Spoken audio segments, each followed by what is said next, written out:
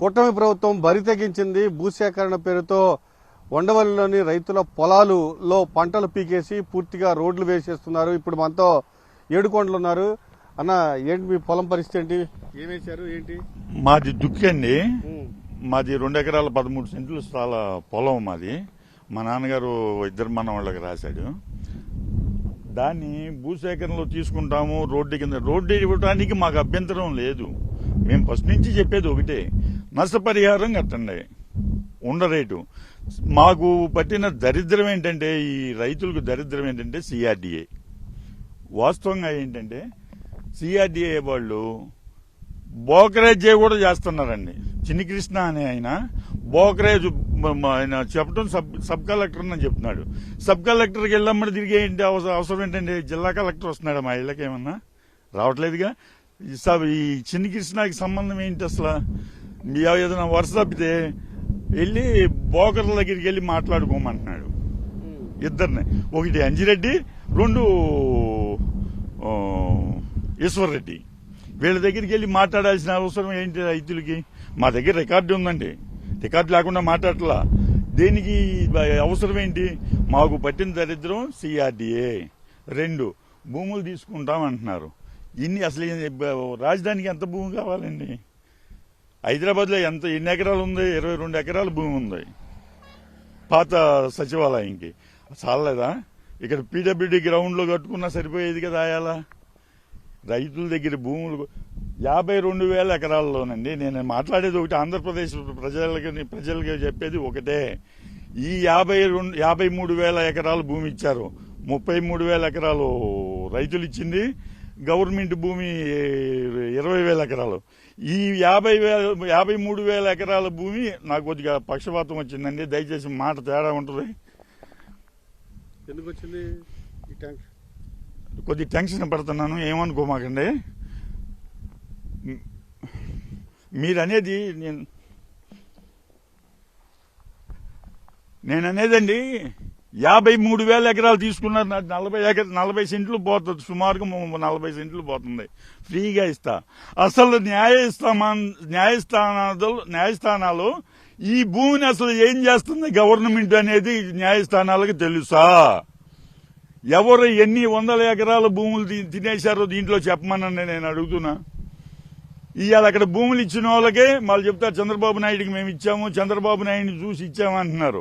వాళ్ళకి ప్లాట్ ఇచ్చే దిక్కు లేదు, అక్కడ సెంటు భూమి లేదు వాళ్ళకి. ఉండవల్లి పొలాలు ఇవ్వాలి, వాళ్ళకి ప్లాట్లు ఇవ్వాలి. ఏంటి సార్ ఇది? ఎవరు భూములు తీసుకుంటున్నారు? చంద్రబాబు నాయుడు ఇల్లు కడుతున్నాడు, మాకు 73 లక్షలు వేశాడు. 73 లక్షలకు ఇంకొక 1 లక్ష ఇస్తాను, ఆయన ఇల్లు నాకు వదలమనండి. అడగటం తప్పు కాదుగా. లోగడ నేను అడిగింది లోకేష్ ఆస్తులు అడిగే. ఇప్పుడు చంద్రబాబు నాయుడు ఇల్లు అడుగుతున్నా. 1 లక్షకి ఇస్తున్నాగా, నాకెందుకు ఇవ్వరు? రైతులేమో సంకనాగిపోవాలా, మీరేమో బిల్లింగిలు. ఆయన కొన్నది రేట్ ఎంత అండి? ఇవాళ అక్కడ భూమి ఈ మట్టి రేట్ ఎంత ఉంది అక్కడ చెప్పమనండి. ఇప్పుడు మీ పొలం ఎంత పోతుంది? ఎవరిదండి? సిఆర్డీఏ వాళ్ళు ఒక భూమి అమ్మారండి. మీ ఓటు అయింది 30 సెంట్లు భూమి కొన్నారండి. 6 కోట్ల 40 లక్షలు, 6 కోట్ల 30 లక్షలకు కొన్నారు.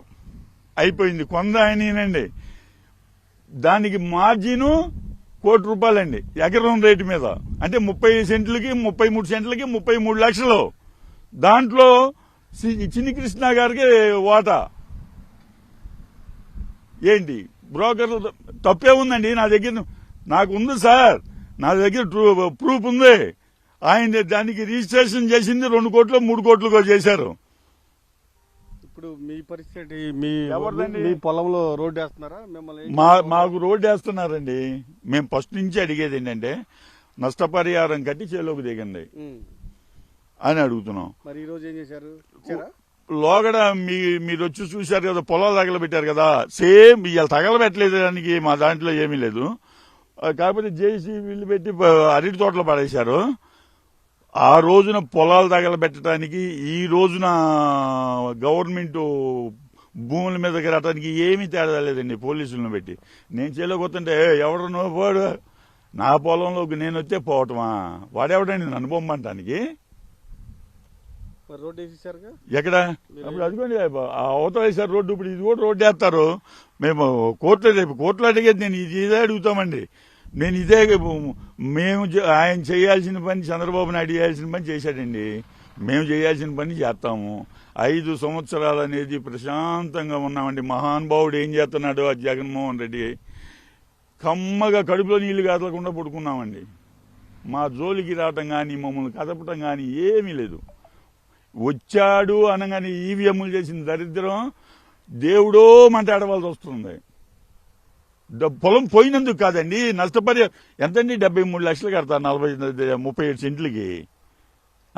నువ్వు అమ్మింది అంతా అక్కడ చిన్నికిస్తే నాకు తెలుసు 6 కోట్లు చిల్లరగా అమ్మామని మాకు చెప్పాడు. ఏంటి సిఆర్డీఏ అనేది పంజాబ్లో బ్యాన్ చేశారండి, తీసేశారు. ఈ ఆంధ్రప్రదేశ్ గవర్నమెంట్ న్యాయస్థానాలు ఏం చేస్తున్నాయి? సిఆర్డీఏ అని చెప్పానంటే చట్టబద్ధత లేదు, చట్టబద్ధత లేదని ఏ రకంగా పెట్టారు?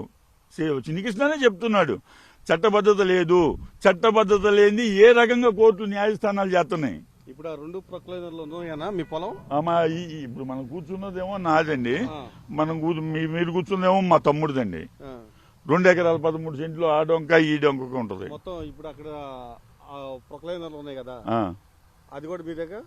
మాదే అండి, అది అవతల లేదు కదండి, ఇదే మాదే అండి. రోడ్డు వేస్తున్నారు ఇప్పుడు, రోడ్డు వేస్తున్నారు. మీరేం అడగలేదా? అడిగితే పోలీసులు ఎంత అండి అసలు వెళ్ళిపోమంటున్నారు, చాలలోకి వద్దంటున్నారండి, మమ్మల్ని చాలలోకి రావద్దు అంటున్నారు, మా లోపలికి రావద్దు అంటున్నారు. ఏం చేయమంటారు? అసలు కోర్టులో కేసు ఉంది, అవార్డు అవలా, అమౌంట్ వేయలా, నోటీస్ ఇచ్చారు, ఒక గోడ కంటించి వెళ్ళారు. నేను అడిగింది ఏమిటంటే రిజిస్టర్ పోస్టులు పంపమన్నాను, వస్తుందన్నారు. అక్కడ పోయేమో ఆడవాళ్ళ మీద పడేమో ఇళ్ల మీద పడి తగాదాలు పెట్టారు. ఏంటి పరిస్థితి అండి? దట్టుమూడి సాంబశివరావు గారింటి మీద, అయ్యప్ప స్వామి గుడి ట్రస్టీ వాళ్ళ ఇళ్ల మీద ఆడవాళ్ళతో పోట్లాట సిఆర్డీఏకి. రైతులకు పట్టిన దరిద్రం ఈ కూటమి ప్రభుత్వంలో సిఆర్డీఏ, నారాయణ, గుంటూరు జిల్లా కలెక్టరు, వీళ్ళని ఎవరిని వదిలిపెట్టడం. కలెక్టర్కి ఏం అవసరం అండి చెప్పడం? ప్రజలను కాపాడేవాడు జిల్లా అధికారి. అలాంటి జిల్లా అధికారి వచ్చి పొలాల మీదకి పోలీసులను పంపిస్తాడండి? జిల్లా కలెక్టర్ చెప్పాడని చెప్పంటున్నారు. రేపు కోర్టులో ఏం సమాధానం చెప్తాడో చూస్తాం. కోర్టులో ఉన్న కేసుని తెలిసి కూడా మొన్న వచ్చాడండి ఊళ్ళోకి, ఇక్కడ కాదు రమ్మన్నారు అక్కడికి. ఈ రోజు కూడా మినిట్ టు మినిట్ ఇవ్వాలి గ్రామ సభ పెట్టినప్పుడు. ఒక్క పేపర్ మాకు ఇస్తే ఒట్టు. దాదాపు ఈయనకి ఈ గ్రామంలో, ఉండవల్లి గ్రామంలో పొలం ఉంది. దాదాపు 2014 నుంచి భూమి తీసుకోవడానికి ప్రయత్నం చేస్తున్నారు. పూర్తిగా అప్పుడు పోరాడాడు, కోర్టుకు వెళ్లారు, పోరాడారు పూర్తిగా. అప్పుడు కొంత ఆందోళనకర పరిస్థితి ఏర్పడింది. తర్వాత 5 ఏళ్లు బాగానే ఉన్నాను, మళ్ళీ కూటమి ప్రభుత్వం అధికారంలోకి వచ్చింది. పూర్తిగా నా పొలం ఎప్పుడు లాగేసుకుంటారా అని టెన్షన్లో ఉన్నాను. పూర్తిగా నాకు పక్షపాతం కూడా వచ్చింది. ఈరోజు నన్ను చేలోకి రానివ్వకుండా, నా పొలంలోకి రానివ్వకుండా 100 మంది పోలీసులను అడ్డం పెట్టి నా పొలంలోకి రోడ్డు వేసేస్తున్నారు. ఇదే సాక్ష్యం. ఆ 2 ప్రొక్లైనర్లు ఉన్నది నా పొలమే. పూర్తిగా నన్ను పొలంలోనికి రానివ్వకుండా పోలీసులను అడ్డం పెట్టి రోడ్డు వేసేశారని కూడా ఆవేదన వ్యక్తం చేస్తున్నారు. ఖచ్చితంగా దీనిపైన న్యాయ పోరాటం చేస్తామని కూడా కొండలు హెచ్చరిస్తూ ఉన్నారు. కెమెరాన్ నవీన్తో అశోక్, సాక్షి టీవీ, ఉండవల్లి.